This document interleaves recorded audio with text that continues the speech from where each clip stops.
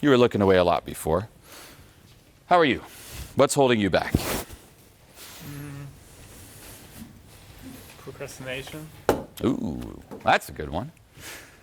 Why do you procrastinate? To feel safe. Okay, give me an example. What do you procrastinate on the most? Taking action. When there's uncertainty, just going with it. If I could remove procrastination in one area of your life, I'm a genie, where would it be? In sales, How so? I have a business, and I should do way more sales or just put myself out there. Okay, what's scary about more sales? What's bad about more sales? So that's a shadow question, get it? If there's a payoff to everything, I should be putting myself out there and doing more sales, but I'm not. Meaning there's another part, Luke versus Darth Vader, saying, no, putting ourselves out there and making more sales, bad. Why is it bad? I have to show that I'm not good enough, not perfect. I have to fail to show that I have no experience. Okay, but what about crushing it in sales? What if you were to crush it? You're making tons of sales now. You're doing so good. Your business is blowing up. Why don't you want that? Why does a part of you not want that? I would have to leave my old circumstances, Uh-huh. the current one. I would leave my family to a certain point, all my Okay. What else? Paint out all the negative, all the bad.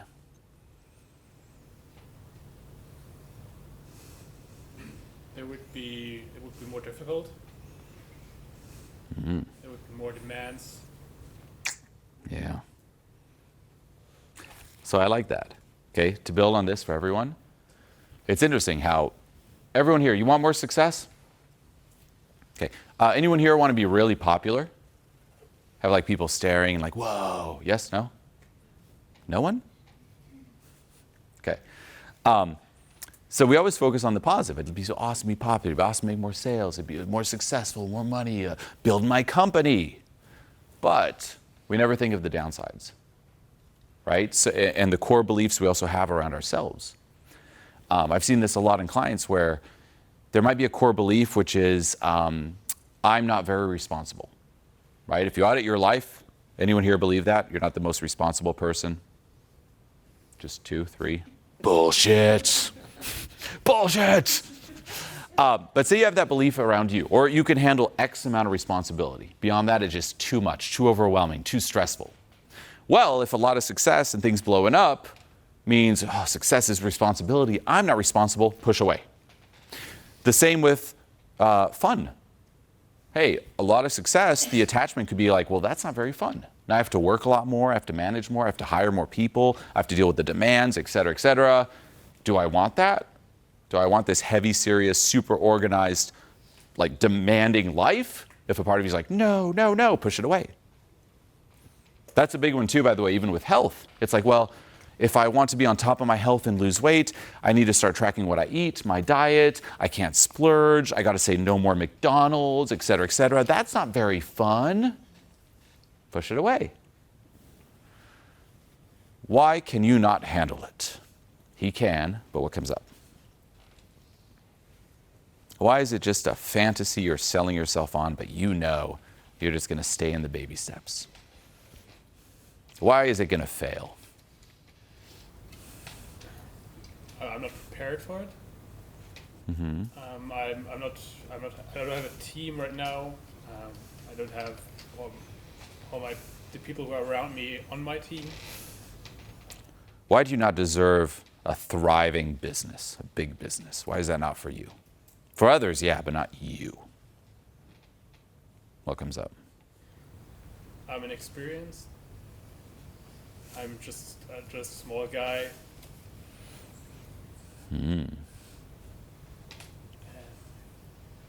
I set the goal of starting a business. I started it, and now there are other people who have more, who have prepared. Okay. Another question, but this hits on another thing. Did you enjoy it so far? Was it fun? Would you do it for free? Yeah. Really? So you mean the business? Yeah. If there was a guarantee from the universe, like, hey, you're never going to make tons of sales, it's never going to blow up, would you still do it for fun in your free time?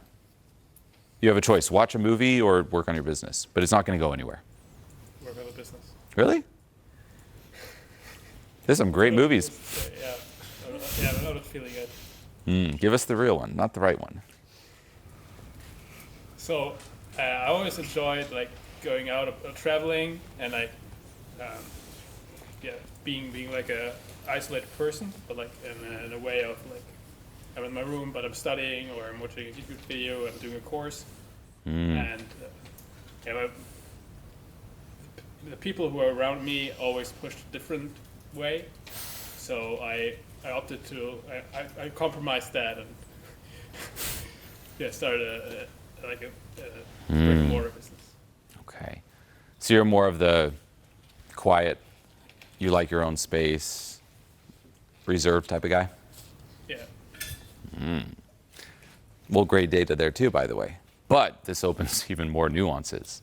So say there's a core belief, hey, I'm more of this quiet guy, I like my own space, my own room, and studying and courses and this and that, and the business requires me to put myself out there more, like do the meetings, do the sales calls, be the front of the business. Is that aligned? No. So the part of you that's like, no, we're this, is gonna be like, no, what are you doing? Why are you doing this to us? It's like having that friend, like, I'm shy. It's like, go on. You're like, no, go on. And that's the inner relationship.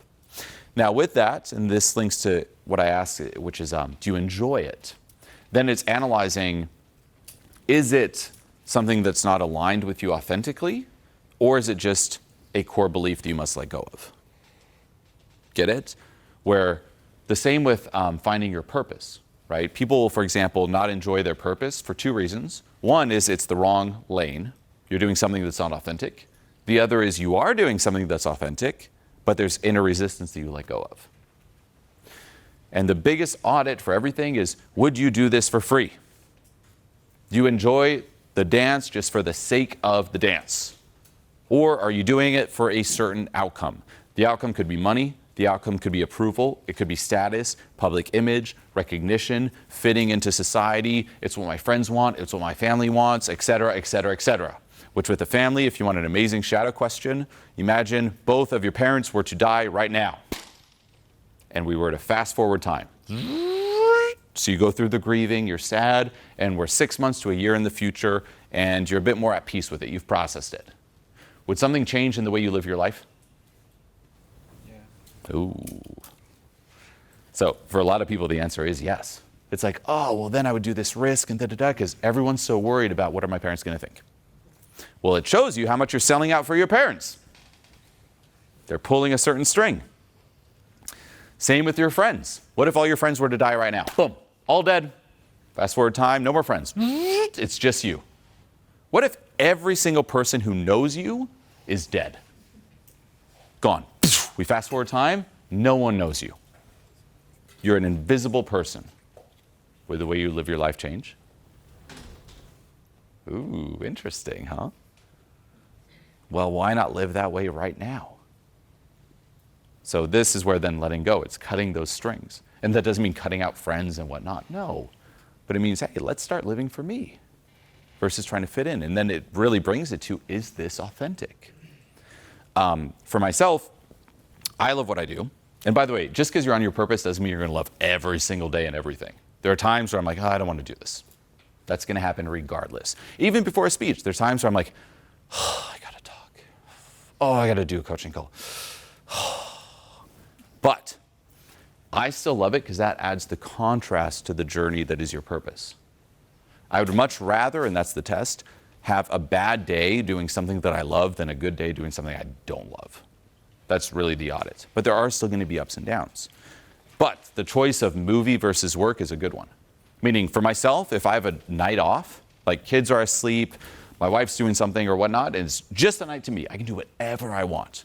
I can sit down, I can watch a movie, I can do whatever. 80% of the time I pick work. Why? Is it because I need to work more? Is it to even accomplish, like, oh, I just need this, or I need the more pennies? No, it's just because it's the most fun thing I could do. For any of you who play video games, imagine you get the best video game of all time that never ends. Why would you do anything else? That's work. Find a job or a purpose that feels like that, where you're like, oh, I cannot wait to go play this thing. That's how it should be for your business. It's like, I cannot wait to work on my business. Oh yes, a night off, I get to work. If the answer is no, then it's, well, shadow questions. What is it challenging within me? Let's see if we can let go of that. Or am I doing this for others and not me? Am I selling out? One more thing with you. Who, let's just say your business were to blow up right now, does really, really well. Who would be the person you're the most excited to tell and show off? Like, hey, check this out. Person or people or group of people? My dad. Your dad? There's beautiful data there. What if that were to never happen? What gets poked at? So if that would never happen, I would be mad that I could show that. Why? My main goal right now is to be more successful than him. Why? Because I never appreciated what I have done so far. When did that start? See, when? When did you embark on this goal of trying to be more successful than your dad? When I was 14, roughly. Okay. Or high school. Why? What happened? So he was always busy working, and that was when he retired. So he had more time around me. And yeah, he talked a lot to me, and yeah, gave advice. So he coached me, and which was good. So he helped me become a better student and set goals and whatnot. So that's definitely like he had an impact on me, and it's an important person in my life. Why do you have to earn his love?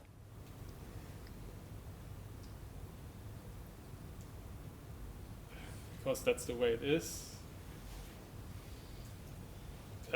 Why are you not good enough for his love? He is. Why do you need to package you with success to be digestible for him? He has achieved success, and he has figured out stuff on his own. He did have a dad growing up, really, so it was important for him to become good, and it's important, something he's proud of. Okay. Why does your dad not love you? Not saying he doesn't, shadow question. Why does he not love you? What does a part scream up? Why is he disappointed to have you as a son and it's entirely your fault? It's not. What comes up? I'm giving up on things. I'm not 100% in everything. Okay. And then the last one, if your dad was here, dead, what changes? Would you still continue your business? Ooh, what would you do? I would sell everything and move somewhere else. What would you do then? Okay, so you move, then what? What would you do? Okay, I would continue education, for sure. I would find something online or something that fits more my natural style. Why not do that now? Already invested in it. Now, before things start getting intense here, if you're looking to go through a similar process yourself and receive direct feedback from me personally, no matter where you find yourself in the world, then click the link below this video right now and apply for online coaching. This is my signature program, so click the link and I'll see you in there. If you had a kid, what would you want for your kid? Number one thing you'd want out of life for them. To be educated. Really? That's an interesting answer. Not happy? To understand how the world works. So if one of your, say you had a kid and your kid's like, I don't want to go to university, you'd be like, ugh. I mean, I would want to know certain things. Huh. I think it's a given that to make them. Okay, one more. What is a successful life? Define success in life, please. Okay, you know who you are. You know. Educated? Yeah. Okay, so anyone here not really that educated? Raise your hand. Okay, look at these failures around you. They're not educated. Is their life ruined? Can they never succeed? Do you all agree with him? No. Ooh. What do you not agree with? Okay, let's get a few answers. What's a successful life? Doing what's true to you. Doing what's true to you? Anyone against that? Being happy. Being happy? In a peace. Okay, fulfilled, yep. Yeah. Safe. Full of love. Educated? I mean, at least for myself as a parent, like, all I want for my kids is to, those answers there. Live life on your terms and have the experience that you authentically want and be fulfilled. That's it. Education, sure, can help. Depends where they want to go. But you don't need that. It's not a requirement of fulfillment. There are many people, like, it's actually interesting. It's usually the opposite. It's like there are many people who are educated who are less fulfilled than not educated. But it's irrelevant. The same, it's like, I hope, and again, not all parents are like that, but like, I hope your father's more like, hey son, I want you to live life on your terms and live a good life. Versus, I want you to live your life to impress me. I want you to live your life to be more successful than me. If you're not more successful than me, then you are a failure and I am a failure as a parent. And it's what I say in a lot of my videos, which is, you weren't born to justify your existence. You were born to live. And then audit, who are you trying to justify your existence to? Am I good enough now? God, universe, father, mother, society, friends. Did I achieve enough? You're trying to be a mirror of your dad. But you're not him. What if you're different? Now with difference, as we also talked about yesterday, what does that mean? At times you're going to butt heads and disagree. Do you and your dad have the same favorite movie? You're like, well, yes, everything. The same favorite food and movie and everything. I hope not. No. Yeah. So stop trying to live his life. What's your life? But then it's also scary, and it can trigger up a lot more too, where it's like, well, what is my life? What is living life through my own eyes? And what if that goes against them? Am I also willing to go through that? And this is also where you realize too, just like how conscious, subconscious, right? Or awareness, shadow, there's the battle. There can sometimes be a battle between parents and you, where your parents could have the greatest intentions. Hey, I want what's best for my kid. And from their conditioning and their understanding, here's the plan that they came up with. But they don't have all the facts and data. They don't know you as well as you know you. So because you know you, you're like, actually it's this. But they don't see eye to eye. Now, both of you are trying to help you. But who's the expert?